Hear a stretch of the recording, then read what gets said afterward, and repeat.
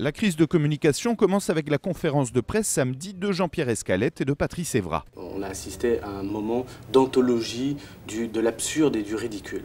Non seulement ils se contredisent tous les deux, mais ils se contredisent eux-mêmes. Ce sont ces contradictions qui ont fait monter la sauce. D'un problème vraisemblablement assez courant dans les vestiaires d'une équipe de sport en général, d'ailleurs, pas que de football, eh bien la FFF a fait une crise médiatique majeure. Règle intangible d'une bonne communication de crise, ne pas surréagir. La une de l'équipe de samedi crée la crise. Et quand vous êtes face à une crise, vous ne devez pas réagir en fonction du traitement médiatique. Ce qu'ils auraient dû faire samedi matin, c'était une conférence de presse, Anelka, Domenech, pour dire le problème a été réglé entre nous. Où sont les responsables ? En haut de l'échelle. Dans le cas présent, c'est forcément le président de la Fédération française de football qui a une part de responsabilité non négligeable. En tout cas, ce n'est pas demain que l'équipe de France rehaussera son blason. On ne sait même pas si le match du 22 va pouvoir se tenir, puisque les uns refusent d'aller à l'entraînement, les boycotts, les grèves, enfin bon, c'est la France. La reconstruction des Bleus commencera avec le remplacement de Raymond Domenech par Laurent Blanc après la Coupe du Monde,